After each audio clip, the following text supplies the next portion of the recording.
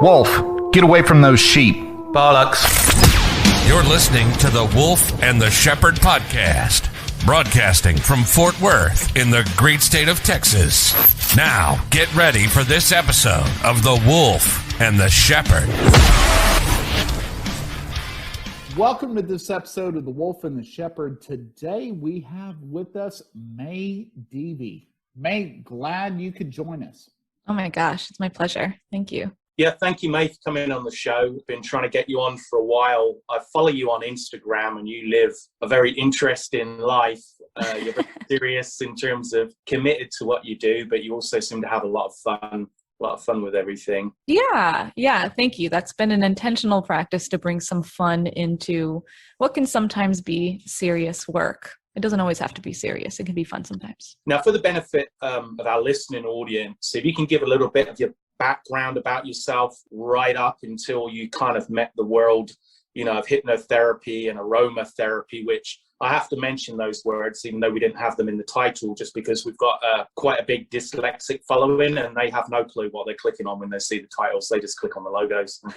Fair enough. And to be honest, a career of hypnotherapy and aromatherapy is probably foreign and unknown to a lot of people. So I'm pretty used to explaining myself, but thanks for the invitation. So I am a certified hypnotherapist and an aromatherapist, and I can tell you that was never a part of the plan. Not that there is really a plan that you can follow so much for life, as I'm sure you guys can both say. There's been unexpected twists and turns of your own lives, but I'll say basically, I thought I would be a professional singer. There was no question in my mind that's where I was going, and I went to New York City for it. And by a strange situation of signing up for a physics class and going to day one and realizing that I had no idea what a vector was and how to calculate the angles of a triangle and all of these things, I said, I'm going to try. And then I said, you know what? I'm not going to try. I'm going to drop this class. And what was available to me was then slim options, but there was an Italian class. And I said, well, I sing Italian arias and that's probably helpful and that's not a total waste of time. So I'll sign up for that. And that eventually brought me to studying abroad in Italy, where I fell in love with all things Italy. I did also fall in love with an individual. So there was a love story there. But I did fall in love with the country, with the food, with the culture, with the vivaciousness. And that shifted a lot of things for me. Then I became dead set on going back to Italy, and I just wanted to be there. I didn't care how I could make it happen. I made sure to make it happen.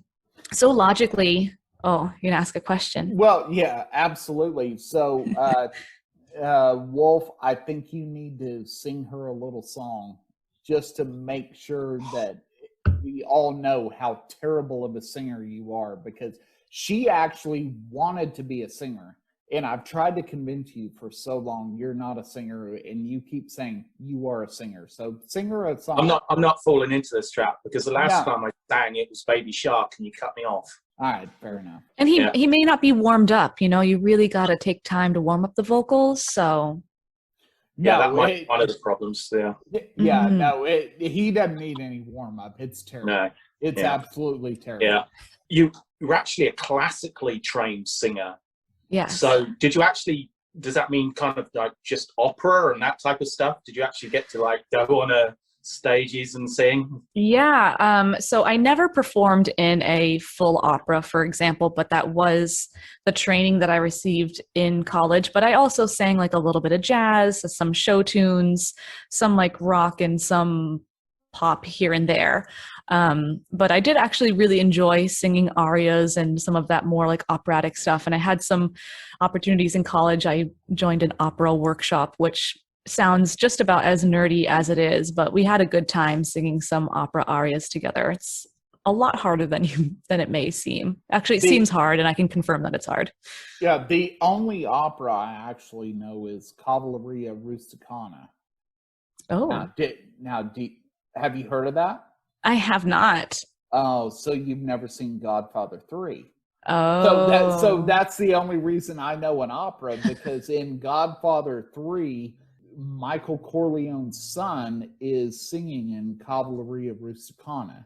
So that's the only opera I know is from the movies. Got it. Okay, I got to add that to my list. I know it's probably sacrilegious that I haven't seen Yeah. Godfather 3, but Well, honestly, Godfather 3 sucks. But I'm a Godfather fan. Godfather 1 and 2 are really good. But in Godfather 3, the son of Michael Corleone wants to be an opera singer. And that's kind of the end point of that movie. Okay. All right, I'm going Do to you add it remember to my that bit list. when we said we were worried about going off topic? That's one of them. Yeah. That's what's happening. I honestly can tell you right now, I never thought we were going to talk about Godfather 3 in hypnotherapy, but Right. Quick, change the topic to Madame Butterfly, because I like that opera. I've seen that a couple of times, actually. Yeah, there's a lot of really good ones. And actually, like, they're based off of a lot of stories that we continue to tell today, But to bring it all back full circle, let's see, where did we leave off? I'll try not to go too long in the story because it could really be a long one. But basically, I wanted anything and everything to do with Italy. So I decided to go to grad school for political science. I mean, it makes sense, right? No, it doesn't. But I didn't really. Oh, no, it makes total sense because Right. I have a degree in political science. Oh, perfect. See, here we go. And now we're going to go down another rabbit hole. So. We're just going to throw all the questions out the window and just start talking Godfather and politics. That sounds terrifying. But basically, I spent 2 years in Italy studying international relations, political science, and that brought me to then eventually get a job in corporate, which I spent like 8 years in. And I didn't realize how stressful the job was. Again, this was never part of my vision, right? Like I thought I was going to be on Broadway. I thought I was going to be a singer. And then it went a totally different route. And I found myself doing change management consulting for one of the big 4 consulting firms. And I started to get some feedback that, I studied acting, I studied theater, so I'm a pretty expressive person. And I started to get feedback that my expressiveness was not appropriate in the workplace because I was stressed and I was aggravated and mad at certain points and I was showing it all in meetings, and they're like, you can't do that, Mae. It's not how this works. You got to fake it till you make it. So basically I realized that I had to do something and get my stress out, which brought me into yoga. And I realized that when I would go to yoga and then go to work either that afternoon or the next day, that I would just naturally be nicer. It was like much easier for me to access niceness, and it was benefiting everyone. Shortly after that, I realized that it wasn't really, not that it wasn't a choice, but it wasn't like an option for me to not go, that I had to do something. I had to like move my body to move some of that out so that I could show up and be a kind person, basically, because it was a challenge. Hey, no, I love that. And by the way, before we go any farther, I got to tell you, my mother's middle name is Mae. Thank you. I am named after my grandmother, her name was Mary, but they all called her Mae Mae. And so I was gifted Mae in her honor. So it's definitely an older name. Yes. Yeah. My mom's a little bit on the old. Yeah. Rightfully so. And I'm a favorite person. Oh, wait. Rightfully so. Are you saying I'm so old? Oh, no. Yikes. Okay. I can see how we could go there, but just, I'm just getting the impression that she's a very wise woman. Nice save. Thank you. Yeah.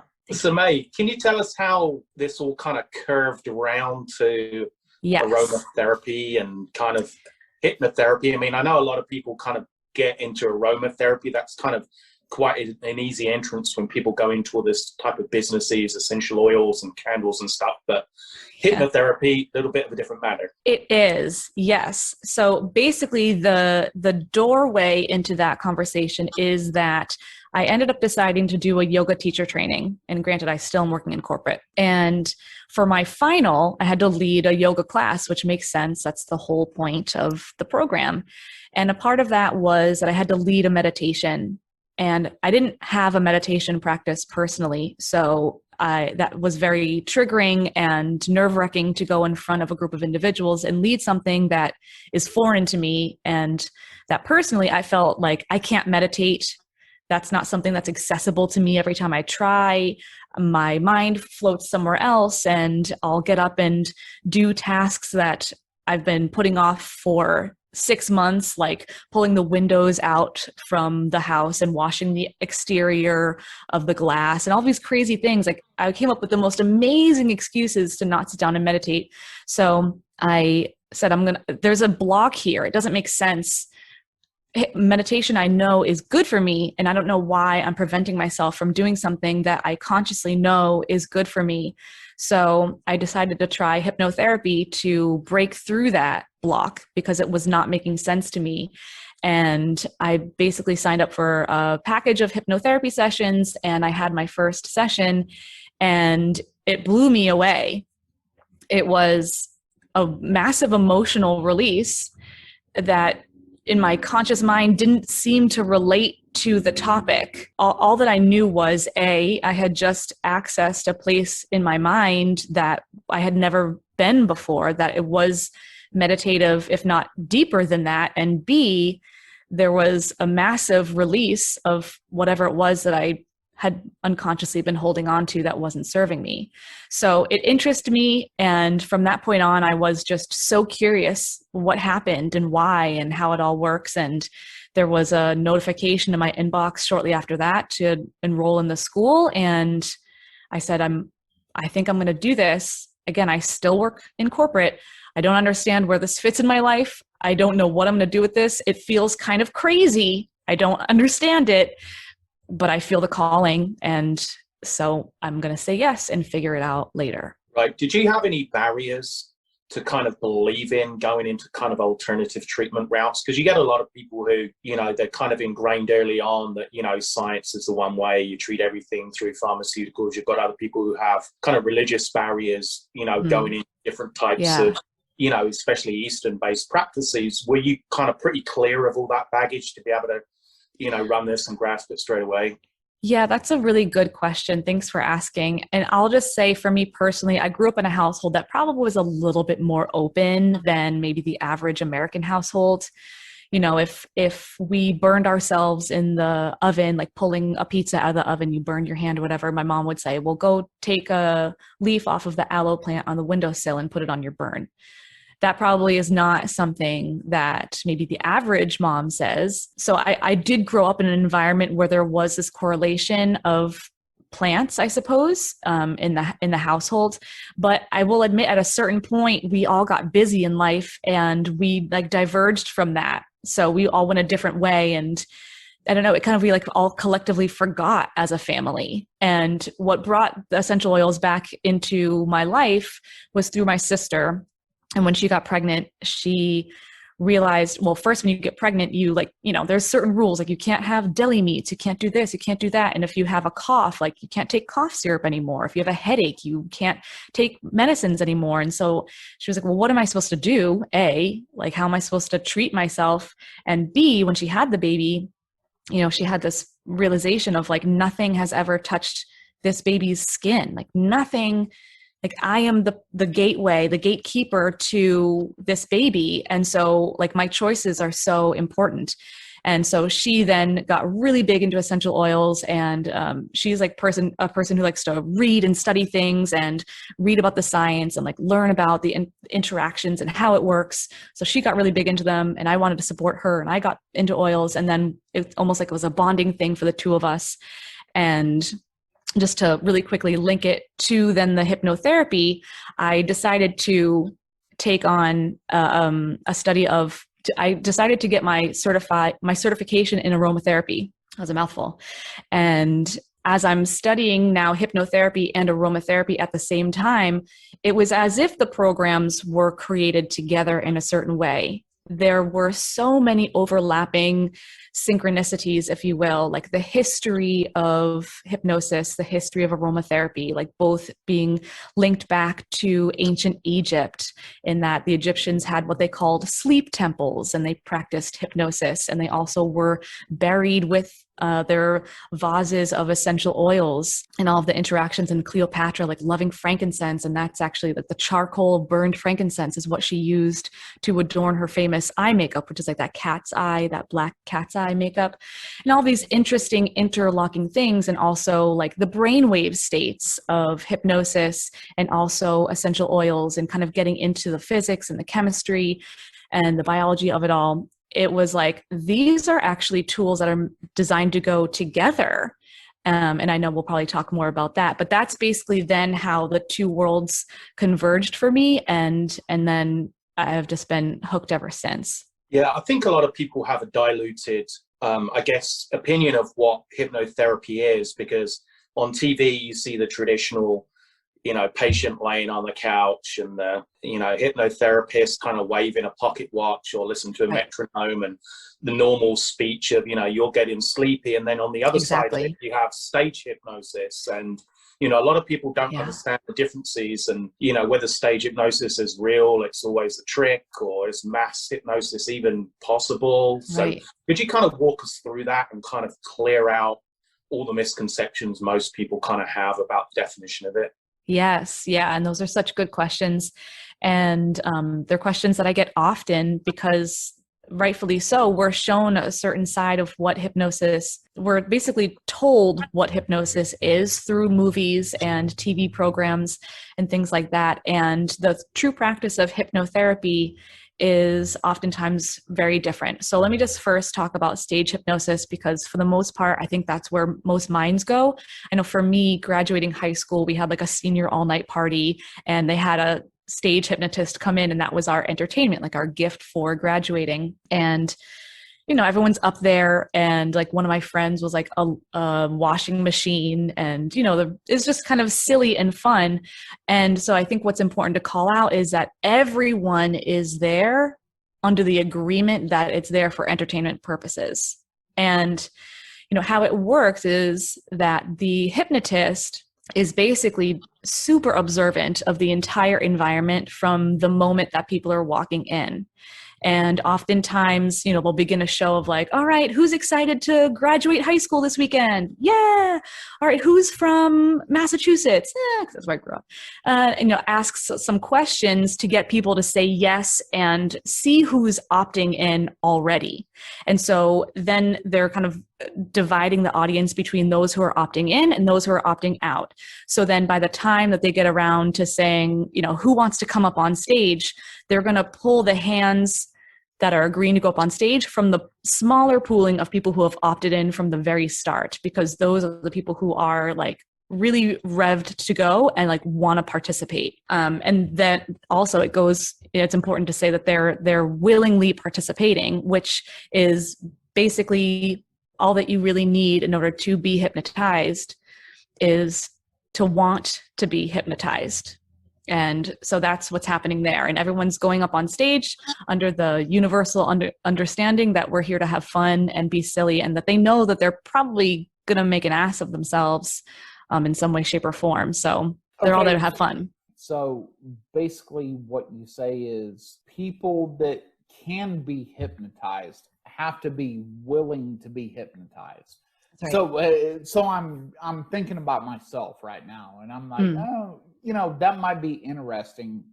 Let me be hypnotized, and I might be totally agreeable to be hypnotized. But even somebody like me who would honestly say, I don't believe I could be hypnotized, but I could sit back and say, okay, I don't believe this could happen. Yeah. But you're saying you could do it. And I'm going to say, yeah, let this happen. You think that could happen? Yeah. And I'd like to share just a not necessarily a story, but a little piece of information, which I think will help to answer this question. And, one way that you could look at hypnosis is that it's technically, scientifically, a state of a brainwave state. It's the theta brainwave state. So there's 4 main brainwave states. We all are probably all in a beta brainwave state right now because we're actively communicating and we're engaged and we're awake and we're learning and things like that. And as soon as we no, let's stop, because Tristan's probably asleep right now. So sleeping with his eyes open. Yeah, he's probably in like an alpha, theta, beta, whatever. You're Fair just enough. naming sororities off the top of your head now. Well, yeah, that's basically what I'm doing. Right. Alpha, sigma, alpha, something like that. So assuming we're in beta, let's just start there. As soon as you start to focus on your breath or sit down to meditate, or maybe you're journaling, or begin some kind of mindful practice or start to relax, the brain shifts into an alpha brainwave state.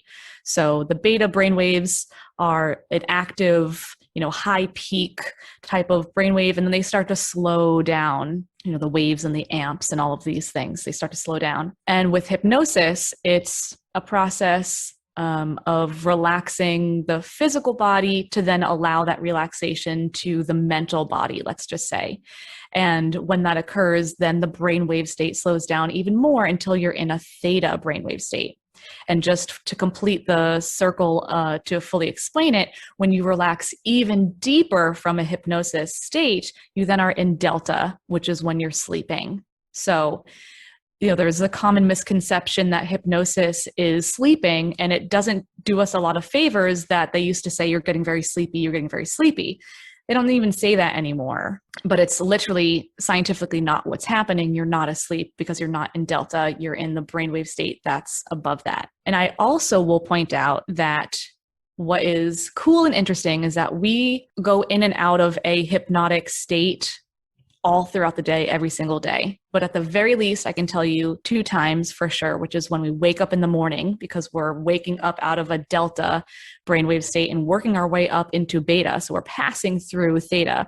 So sometimes, I don't know about you guys, but sometimes in the morning, like if I do something shortly after I wake up, I won't necessarily always remember that I did it. You're like, did I put the laundry into the dryer? I don't know. It was 6:30 this morning. I don't really remember, because you're kind of in that like foggy, half there brainwave state. And then, of course, at nighttime when you're going to bed, you're passing through that theta as you're starting to relax and go into delta. So we actually go in and out of theta all throughout the day, all day, every day. And when we're watching a movie, for example, we're also entering into that theta brainwave state. So we are being hypnotized. We're entranced by the movie. And so, you can argue that you're totally entranced in that movie. And, when the dog dies, you're crying. And when the guy gets the girl, we're like, yeah. And when the bus blows up from a bomb, you're like shaking in our seats.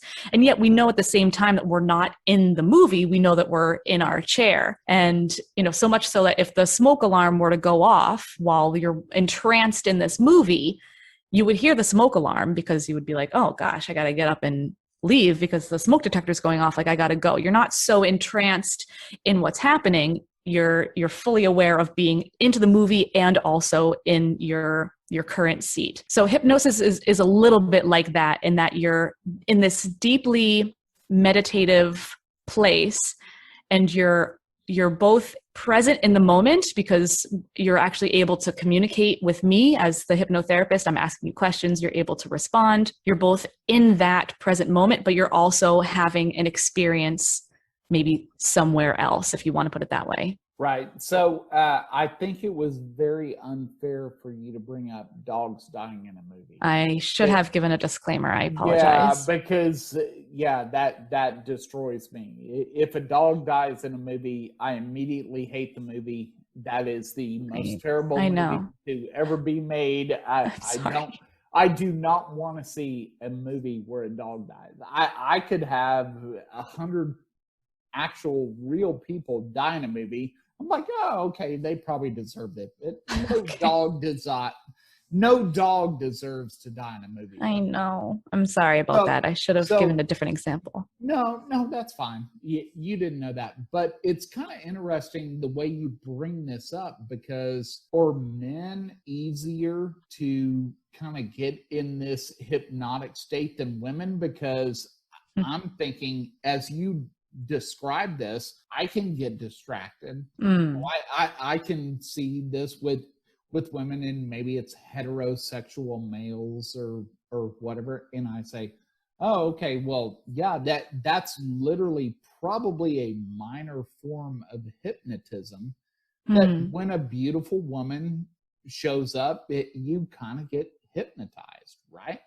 It's a good question, and I'm not sure that I have an answer as to whether one of a gender is more hypnotizable than another. I don't know if I know the answer to that, but it's an interesting question. Now, just backtracking a little bit to the stage hypnosis thing, were you saying that stage hypnosis is actually real in terms of they're genuinely being hypnotized? Because, you know, I've seen it sometimes on TV, and the hypnotist kind of gets them under within about 5 seconds. I mean, is that even possible? You know, somebody comes on stage, you can hypnotize them within 5 seconds and then start getting them to crawl around and bark like a dog and stuff? Yeah, it is real and it is possible. And, you know, you will notice throughout a stage hypnotism show that they will send some people off the stage throughout the show so that by the end of it, they're left with maybe just a handful.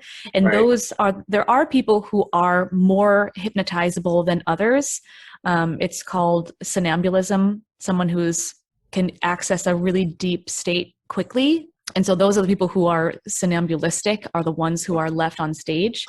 But there may be people at the beginning of the show who are faking it, maybe, who want to just participate and have fun.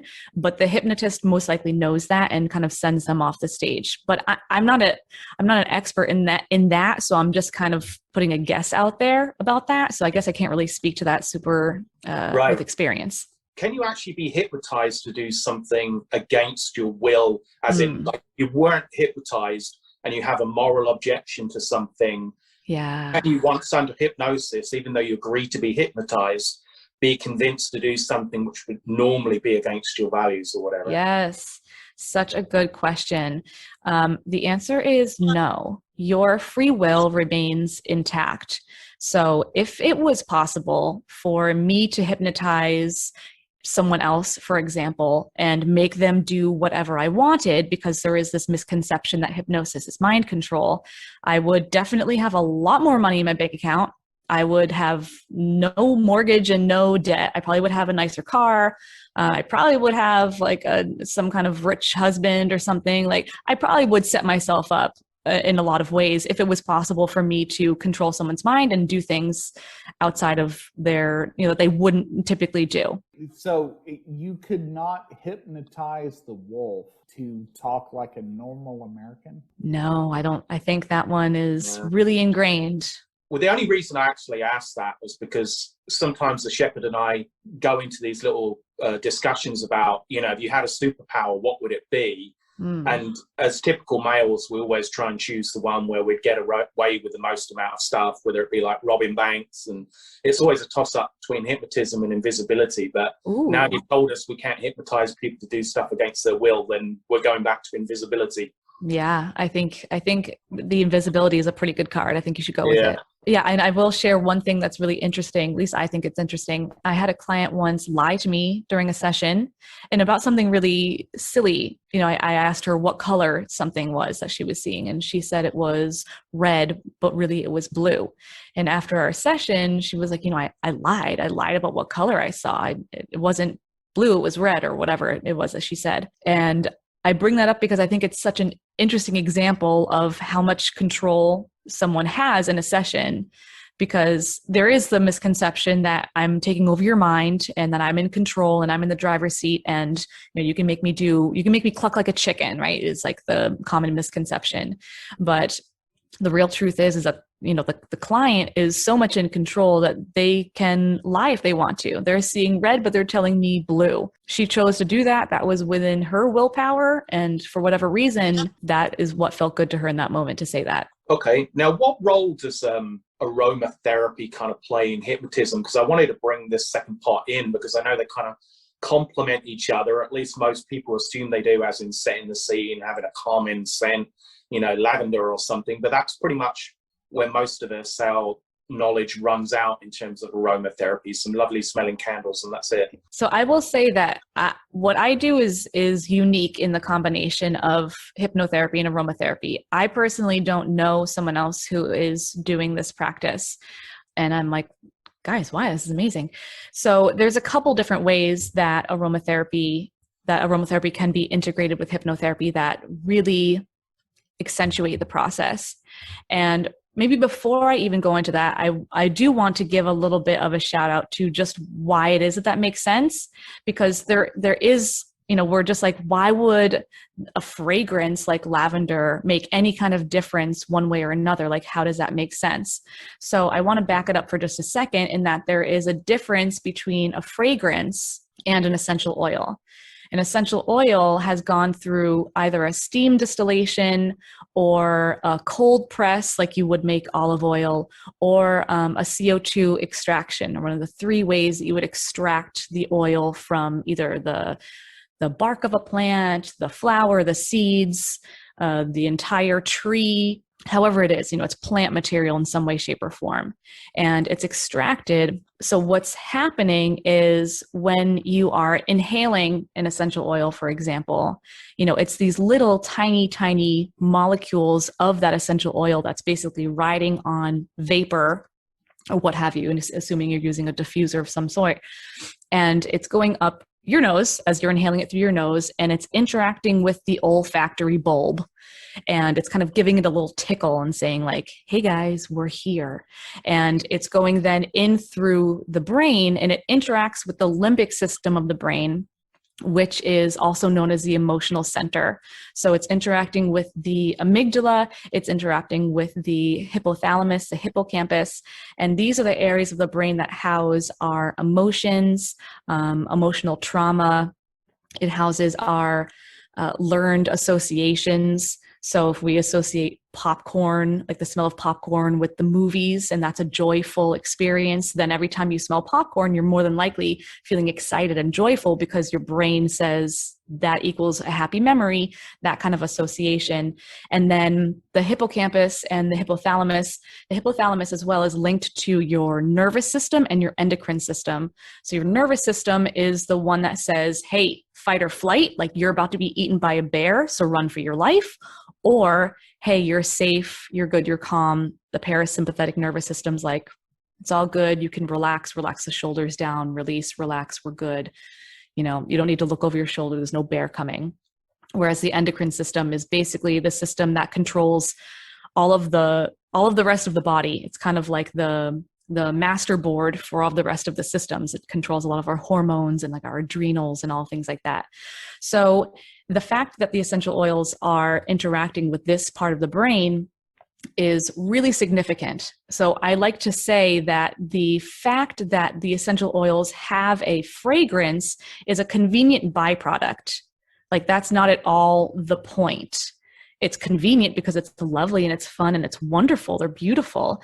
But really the point is that these are chemical constituents that we're inhaling that the body receives openly because they're biologically very similar to human cells, welcomes them in, and then they're pretty intelligent and they kind of know where to go and what to do and how they interact with the body. Does that make sense? Yeah, absolutely. Now, other than throwing the odd kind of bath bomb into the bath, how can most normal people get involved in aromatherapy and actually make a difference in their lives, rather than just, like you said, having a smell they like, but what it's giving off might not be the best suited to what they necessarily need? Yeah. And, I just realized I didn't fully answer your first question either. And then I didn't really talk about specifically how aromatherapy can interact with hypnotherapy, but I think I can answer these two questions in one. So 2 for 1. People who specifically say things like, I can't relax. I don't know if you know anyone in your life who's like, no, I'm a go, go, go kind of person. Like, I don't relax. I can't relax. As soon as I sit down, there's something else to do. My mind goes crazy. For someone like that, they're able to sit down and inhale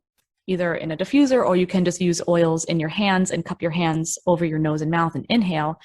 And Something like lavender, for example, would be a great example because it actually has been shown and proven to bring the brain from a beta brainwave state into an alpha brainwave state.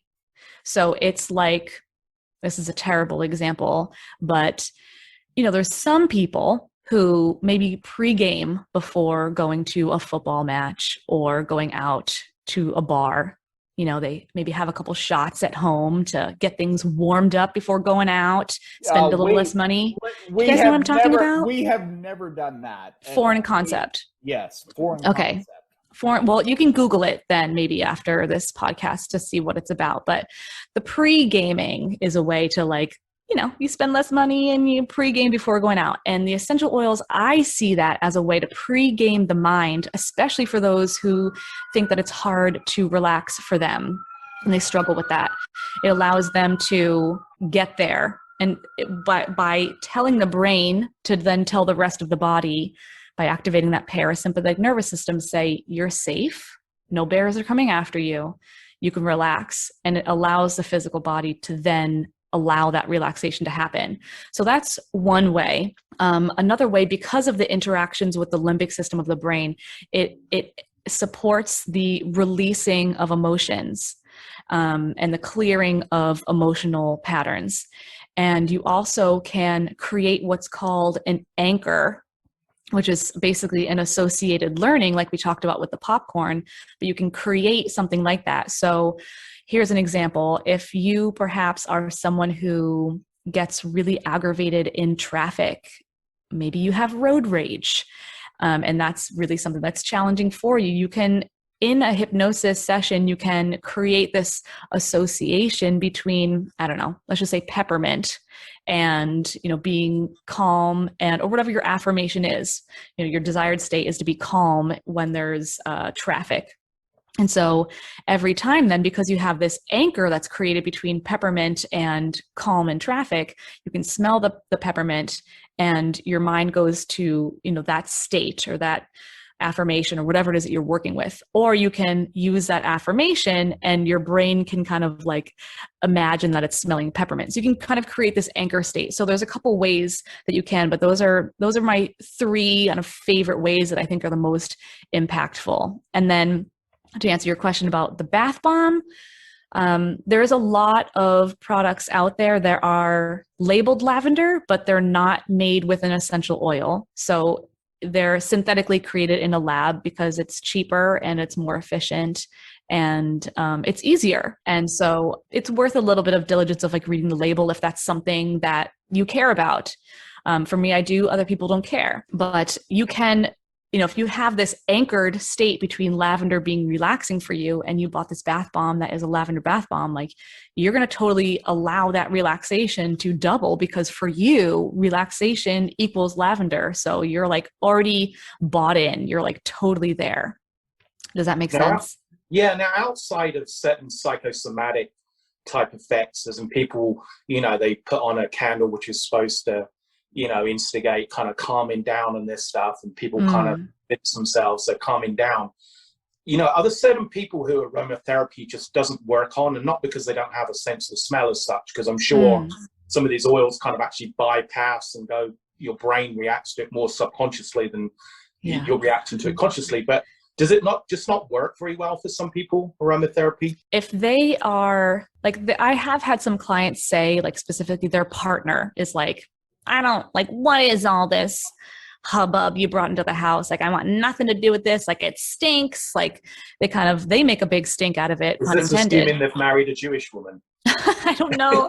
I'm not sure what that was, but that was your impression of a Jewish woman from you. I don't know what that was, but it was just that was actually, I think I was supposed to be a man, and that really was get this stink out of the house. So I clearly didn't make it to be an actor, and I guess you're seeing why. But there is some people who just want nothing to do with it. It maybe offends them in some way for whatever reason. And there is probably something psychologically to look into that as to why that is so triggering for them.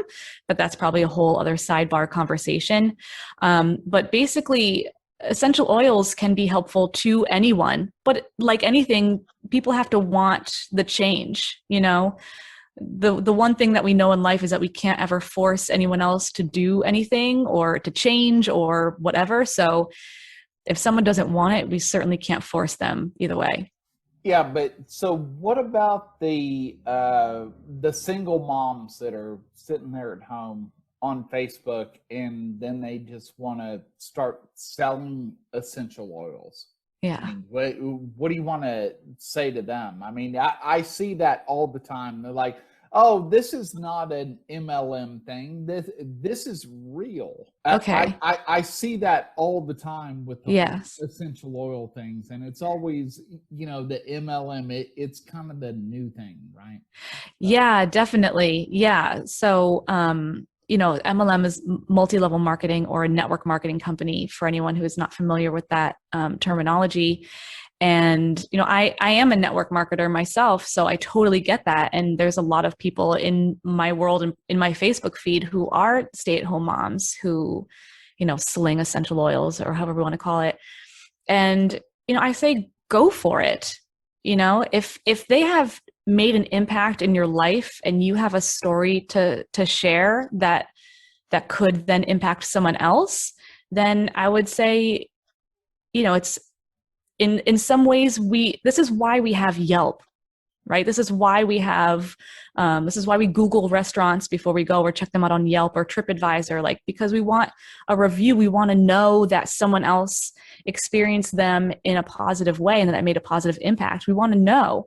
And that is the basis of network marketing or MLMs. Now, I will say, are there some folks out there who, slide into your DMs and are pushy salesmen? Yeah. And I think that tends to give a bad rep to the whole network marketing industry. But in theory, it's designed so that there isn't a brick and mortar shop, that you're kind of the middle person and that you're able to share your story and connect with others through your personal transformation story and help others do the same, like a waterfall effect kind of thing. Okay. Now, when I told some of my friends that you were coming on the show, some of them had some questions for you. Oh, wow. I gave them the normal response of go away and get your own show. Okay. But actually, my girlfriend's cousin had a few questions for you. Oh, wow. One was, what oils do you use in your own personal life and what do you use them for? Okay. Wow. Great question. Did they mean like a lavender versus a lemon or versus like a brand? You actually personally knowing, Okay. Obviously a wide range about aromatherapy. I mean, Yeah. What do you personally find effective in your own life to kind of, Gosh. So many. I mean, just before me, I have like bottles and bottles and bottles. There's just so many, but here's a great example. During certain times of the year, that wonderful yellow pollen falls on all of our cars and things outside and makes a big mess. And I don't know about you guys, but like the scratchy throat and the watery eyes, and it just kind of, it's crazy, especially down here in Texas. I feel like we're out of it. Hopefully. It was like a couple weeks ago. It was just crazy pollen. Yeah. So I like to use essential oils specifically for that. That really helps me to support my respiratory system, to support like a detoxing of the body. And, an oil like lavender is an adaptogen. It's also a natural antihistamine.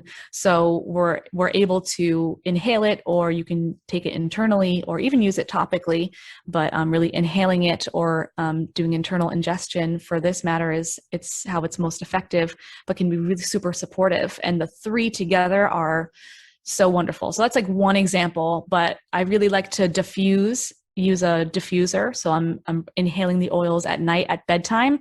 I feel like it's a life hack because I have to breathe. Like there's no question about that. I'm going to stay alive as I'm sleeping. So why not utilize this time where I know that I'm going to be breathing in this one singular space for ideally 8 hours, but typically not quite 8 hours. So, inhaling something like cedar wood to really help support a really deep sleep, if that's something that you struggle with. Or if I'm feeling like I'm starting to get under the weather, there's certain oils that are great to support the immune system. Yeah, I feel like I could really go on for a while, but I'll share one other tip that I feel like people don't really talk about, and I think is also another life hack, which is to apply essential oils to the bottoms of your feet. And that might sound kind of weird and crazy and like, what do you mean? But I mean literally the toe pads, like the bottom of your feet, your calves. And for those who have ever maybe gone in to get a pedicure, maybe you've seen on a wall like a reflexology foot chart. But if you look at a picture, and this is like ancient Chinese medicine, assuming this is the inside of the foot and this is the outside, this is linked to like the spine. And then the big toe is linked to the brain, and the index and the middle toe are linked to like the sinuses, the eyes, the ears, things like that. The callus of the foot is your sciatica, and your stomach and your kidneys. So basically it's a map of your entire body that can be mapped to the bottom of your feet. And so if you have like an upset stomach, or, you know, if you want to if you want like focus and concentration, whatever it is, you can map it out on the foot and then pair it with a specific oil and support it in that way. And it's also, I think, really fun and a really neat way to kind of link the body systems with essential oils. Right. Now, where do you get your oils from? Because I'm assuming there must be a certain minimum standard that, you know, you want when you use, and I'm sure there are charlatans out there selling stuff that isn't effective. There must be, because, you know, people find a way to scam absolutely everything. So are there specific online stores or actually physical stores that you would recommend to go to? Yeah, so I am aligned with a company called Young Living, and they've been around since 1994. So they're the oldest essential oil company. They've been around for, what is that math? Like almost 30 years. And they are mostly concerned about quality, and they are concerned about farming and sustainability, and really respecting the earth and the plants and the harvesting and distilling of these oils. They are the only essential oil company that owns their own farms, which is really significant because they are able to know that seed 752 went into crop 6, which was which was pulled out of the ground on this day, and then went into distillery machine H, and, you know, bottled in bottle 116874. Like, they can track all of that data, and it's really important to them. They do like all this third-party testing and make sure that it's of a certain quality, because, you know, the truth is that because these come from plants, and plants are alive, anything that is alive, it moves, and anything that moves can be measured. So really what it comes down to, and I know that this is maybe where some people get lost because they're like, you guys are a bunch of hippies and all you ever do is talk about energy, but that is science, y'all. So everything has a frequency to it, which is how it also links up with the body system and how it interacts with our organs and our body overall, and you know, our aura too, if we want to go there, but I don't want to lose everybody. So it's really important that there is a certain set of quality, and that the distillation process is appropriate for lavender, because it's going to be different from lavender as it is for jasmine. It's going to be different from lemon peels as it is for eucalyptus leaves. It's going to be a different temperature. It's a different duration of time. And there's like one distillation. It's not like multiple times to get as much yield out of it. So basically, if you see, you know, essential oils that are in a dollar bin, or if you see essential oils that are all the same price, you know that there is something fishy going on there, because it's impossible from an effort perspective for jasmine to cost the same as lemon. It's just never going to happen. Right.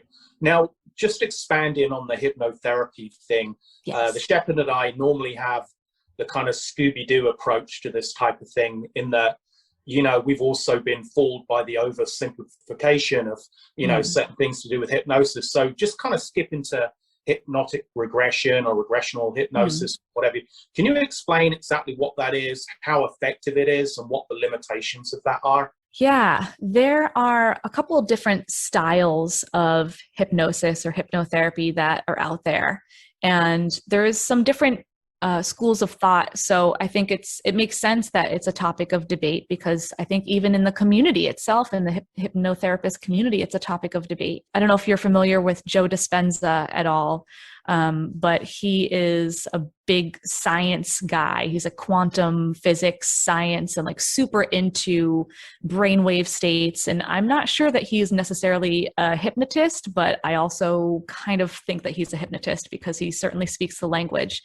But he is of the school of thought that basically you don't need to ever regress to past memories in order to heal. Whereas someone like Marissa Peer, her entire technique is based on regression therapy, and that you've got to go to the root cause in order to heal. And I'm not sure exactly, I don't think I agree with either one. I sit somewhere in the middle. I have regressed people back to, the first time, the source of a challenge or an issue that they've experienced. And we've, gone through a process of kind of reframing that entire experience and bringing healing into it. And it's been wonderfully healing for them.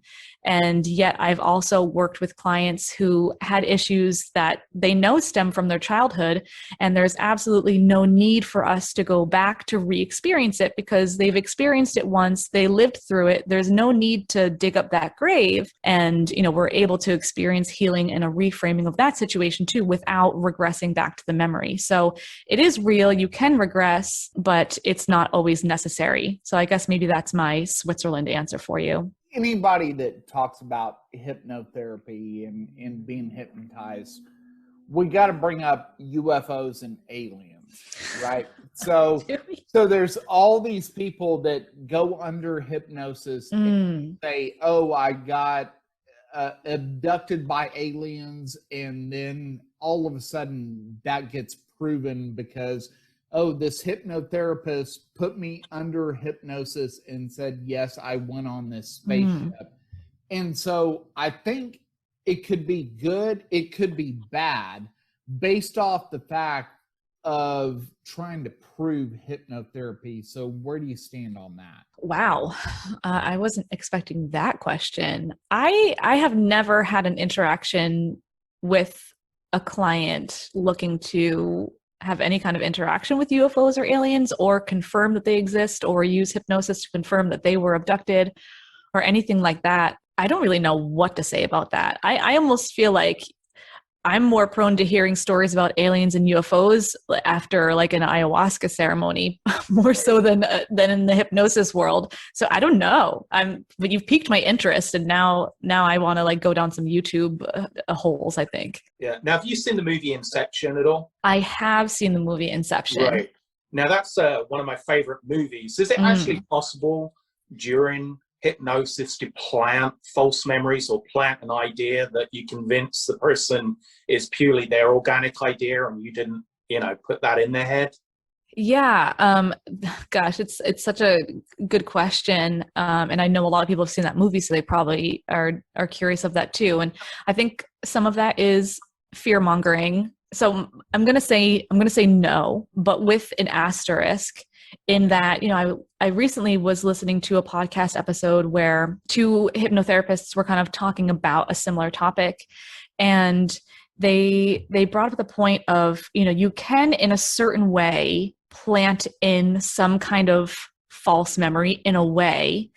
And hear me out, because I don't want this to sound like a hypnotherapist has any kind of malice in their intentions, but there's a difference between, let's just go with the example of regressing someone back to their childhood and asking the question, you're there and you see your father and you're there before your father. And the hypnotist asks the client, is your father angry? Versus asking the question, and how does your father show up?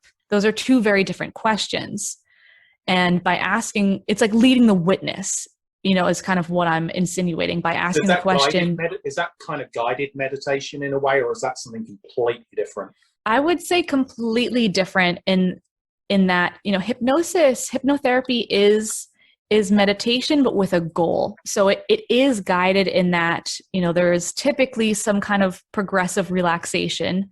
At least that's my style, which is that we're relaxing the physical body so that we can relax the mental body. Oh, I lost my train of thought. Bring me back. That's okay. So basically I'm asking, what's the difference really between hypnotherapy and guided meditation? Yes. Okay. Yeah. Yeah. Thank you. So it can be shown literally on that brainwave map. So for my friends who are really into, science and things being proven by, wavelengths and science and things like that, meditation tends to happen more in that alpha brainwave state. Whereas hypnosis is more of that theta brainwave state. You can have some alpha as well, but the theta is a level deeper. So when we're in hypnosis, when we're in that theta brainwave state, that's when we're able to access the subconscious mind, which is where we house our thoughts, our patterns, our beliefs, our habits. And we're able to plant the seeds of change directly there. Whereas meditation is more of quiet, bringing in quiet and coming into a partnership with your thoughts, not eliminating your thoughts, but just coming into a partnership with them and sitting with your thoughts. Whereas hypnosis, I think, is a level deeper than that, in that you are going in there, you're saying, cool thoughts, you guys, you can stay if you want, but we're just going to do our thing and go even deeper and have an interaction with the subconscious mind. So it's like a level deeper than meditation. Right. Now, a little bit off tangent, is there actually a regulatory body which kind of covers, the licensing of hypnotherapists, that, there's a minimum standard or something you have to show that you're not just, again, a charlatan or a snake oil salesman? Yeah, that is a good question. And there are, admittedly, I don't know all of the institutions that kind of work with the schools, but basically the school that you attend to learn hypnotherapy has to go through an accreditation process. And there is a certain amount of hours that they have to meet, whether in person or online. And they have to have their curriculum approved and go through, kind of that rigorous check. So the school itself is accredited, and anyone who then attends that school can then therefore go to the mother company and apply for their certification after they've done their final. So for me, I'm certified through the International Association of Therapists, of Counselors and Therapists, IACT, and it's an international association. But I know that there are a couple of other associations, but I don't know them off the top of my head. Right. So what do you find is the biggest misconception people have about hypnotherapy and aromatherapy? Because I'm sure you must get people come to you because they've tried various things that hasn't worked for them. They may have had a recommendation. They may have read something on the internet and they come to you, but they've got completely the wrong idea about what it is and what it isn't. What's the most common thing that people say, which, they've just got completely wrong? Yeah, thanks for that. You bring up a really good point in that more often than not, people who come to me are already at their wit's end. They've tried everything else. Nothing yet has worked, and they're like desperate for change. And what I would love is for something like hypnotherapy and or aromatherapy to be the first thing that someone tries. Why not? They're both completely natural. It involves your brain and plants. And there's not really negative side effects. That's like one of the most beautiful things, is that no harm, no foul. So that's kind of one of the first things, is like, why wait until you're at this point of complete desperation? For someone, for example, who has like a fear of flying, and it's like the week before they're getting on a plane and they're absolutely like, they can't eat because their stomach is like in knots, and they can't sleep because they're thinking about it, just like in complete turmoil. Why get to that point? Why does this have to be last? So that would be one thing. And, just the typical question and concern is that hypnosis is the process of someone else taking over your mind. And it couldn't be any further from the truth. Like you are the person that remains in complete control of that session. You are the one who's in control. In fact, all hypnosis is self-hypnosis. I'm merely a guide. all that it is that I'm offering up suggestions and you're either opting in or you're opting out. It's like if we're driving in a car together and you're the driver, I'm the passenger, and you're like, hey, can you bring up the directions? Yeah, sure thing. I've got the Google directions, and I'm telling you, take a left, take a right, go straight here. And that's basically what's happening. I'm guiding you. And if I tell you to go left and you look left and you're like, nah, I'm not going to go left, I'm going to go straight here. Cool. What happens? The GPS, course corrects, and we find another route to still arrive at the destination, but we didn't need to take that left. It was just a suggestion. So I share all of that to say that it's the one who is receiving, the client, is in complete control. Their willpower remains intact, and it's a completely natural process that you go in and out of each and every day. So, why not utilize something that you're already doing? Now just do it with intention and with your goal that you have in mind. Now, do you ever find yourself shaking your fist at the TV if you see a movie or a TV show and it gives a completely false representation? Yes. Or, you're sitting there with friends and you say, well, that's a bloody bunch of crap, I mean, does it kind of trigger you a little bit when you see it just completely bastardized? Yeah, for sure. For sure. And an unexpected big part of my role as a hypnotherapist is to disband a lot of these misconceptions.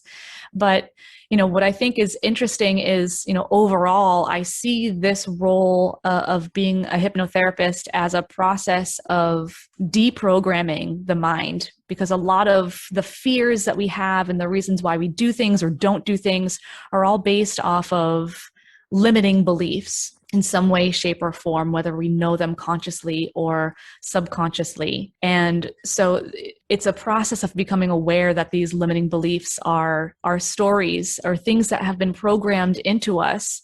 And there may have been positive intentions behind that programming, but we arrive at a point where we have a vision for our future selves and how we want to live our lives, and our current mindset may no longer match the route to get to where we want to be.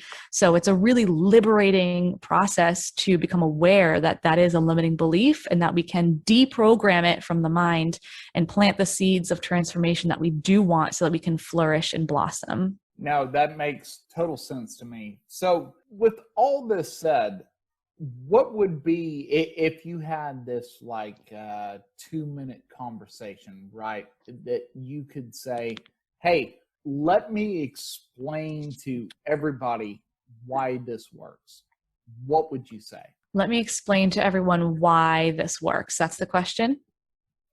Yeah. I mean, the hypnotherapy, the aromatherapy, if you had this...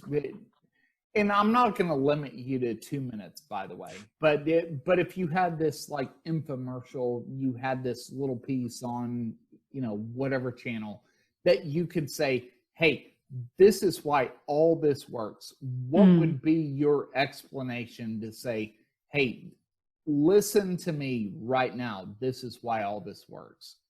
Wow. Okay. No pressure. No pressure. And now I'm gonna just kind of expound a little bit, because I know you're trying to gather your thoughts because we didn't prepare you for this or whatever. But there's a lot of people listening to this that, I mean, myself, look, the way our podcast works, Tristan believes in a lot more than I do. So I'm sitting here and I'm like, I don't believe in any of this. Tristan does a lot more research, or I'm sorry, the Wolf. Yeah, we used to believe in hiding our names, but the Wolf believes in so much more of this than I do. So I'm sitting back and I'm like, I don't believe in any of this. I don't believe in essential oils. My wife has some friends that tried to get them to buy into, I think it was doTERRA or something like that. And it was like, oh, yeah, go sell this. I'm like, yeah, that's hogwash. I just don't buy into any of it. I don't believe in hypnotism. I don't believe in any of this, right? So I'm the skeptic. The Wolf, it is the one that kind of delves into this a little bit more and says, oh, there might be more to this than you actually realize. So convince me that there's something here other than tricking somebody in a magic show that they can, bounce around as a chicken, like he brought up before. But what is there to this that is more than just the MLM version, the magic trick version? What is there to this? So, when it comes down to MLM and network marketing, the beauty of those companies is that you are an independent contractor and you can run your business however you want. That's like a pro. You might argue that that's also a con, because then someone has the liberty to do whatever it is that they want to in order to sell those products. And if it becomes about the sales, it steps out of a place of heart-centric support and help and really believing in the product and the solution. So I think there's something to be said for, that there's that icky feeling when you feel like you're just being sold to because they're seeing dollar signs when they talk to you. That never feels good, no matter what industry that they're in. We always kind of give a bad rep to, used car salesmen. And I think maybe you guys even called one out on your podcast in the past, and someone said, like, what's wrong with a used car salesman? Maybe that was another podcast, but and what is wrong with a used car salesman? They got a job to do. But we always kind of make that association that there's someone's trying to trick you, which is what you said. And my intention is never to trick anyone. So to your point of like, prove to me why this works. And quite honestly, it is science. I know that's a really big topic now. Like, do you believe in science? This is the original science. Before it was labeled alternative medicine, it just was medicine. Someone came around and decided that it was now alternative. And the alternative label got slapped on it because you can't copyright a lavender plant. You can't trademark a Douglas fir. It's nature. It's always changing. The roots are communicating to the mycelium networks and, reacting to peak seasons of sun and rainy seasons. And all of these plants are changing every year. They can't be trademarked. However, you can look at the chemical constituents that make up lavender, that make up fir, that make up lemon rinds, and you can recreate it synthetically in a lab. And when you recreate it synthetically in a lab, because it's the carbons and the oxygens and the hydrogens and how they all bond, like that's what it is. You recreate it in a lab and you synthesize it, and it's cheap, and you can keep redoing it, and then you can sell it and make a profit and continue to do so. And it's trademarked, and now it's yours. And that became medicine. And then everything else that comes from nature got pushed aside and said, well, now you're alternative. And there's a negative connotation to the word alternative. And it got separated from any doctoral books.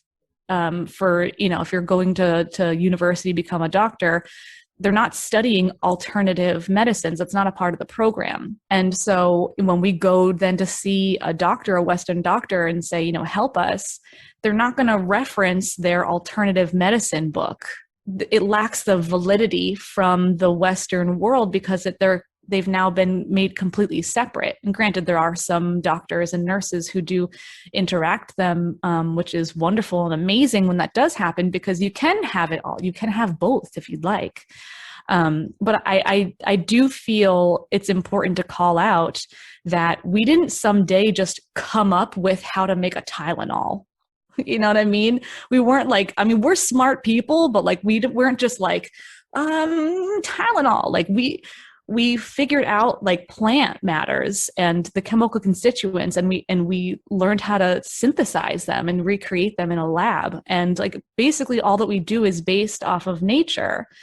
So the services that I offer are going back to nature, to go back to the source. And our bodies and minds are very receptive to that because they're from a chemical constituent, from a biological perspective, they're very similar, or else our body would say that's a foreign antibody, you know, it would reject it and say, get out. But instead they're welcomed. Like, I think our bodies are craving this. And for me personally, it's been a godsend to feel like I'm reconnecting with nature and to really respect the earth that we live on. I feel a lot more respect for it now than I ever did, the more that I work with plant medicine and with my own mind and my own body. It makes me curious of what more is possible. You know, I know the shifts that I've experienced in myself from hypnosis. And if I'm able to do that myself to my own mind, then what else is possible for me? It's a really exciting place to be. No, and I totally get that, because what you're basically saying is you can't make a huge profit off it. You can't make the profit that the pharmaceutical companies can sell you a drug and something like that. There's not that huge profit that there is some company somewhere that can create a company, sell stock, and everybody makes this huge profit off of. Am I off base, or am I there's definitely that element of it. We can't, there's no stock for lavender. It's never going to happen. We can't make a massive profit off of that. And so, there are opportunistic, charlatans who then say, well, how can we do this? And there are the other companies that say, well, whatever, I'll just pause there. But yes, I do think that that's a part of it. But right. I also just want to give the disclaimer that I'm not poo-pooing Western medicine. I just want to be clear about that. It may sound like I am saying it's one or the other. And I disagree. I think they both can live together. But I do disagree with the negative connotation behind alternative medicine. Yeah, I'm a pretty firm believer in plant medicine. I mean, I do actually do quite a bit of research, and where possible, I won't take an over-the-counter product or go and get a prescription, because I'll prefer to look up something which works better. And, whether you go from garlic being such a great, a plant for, internal and external things, apple cider vinegar, a lot of painkillers originally came either from tree leaves, plant leaves, or bark from trees. Right. Everything has been, like you said, kind of derived, studied, and then they've tried to produce a synthetic version en masse so they can actually make some money out of it. In England, there used to be this plant called a stinging nettle, and it was everywhere in the country.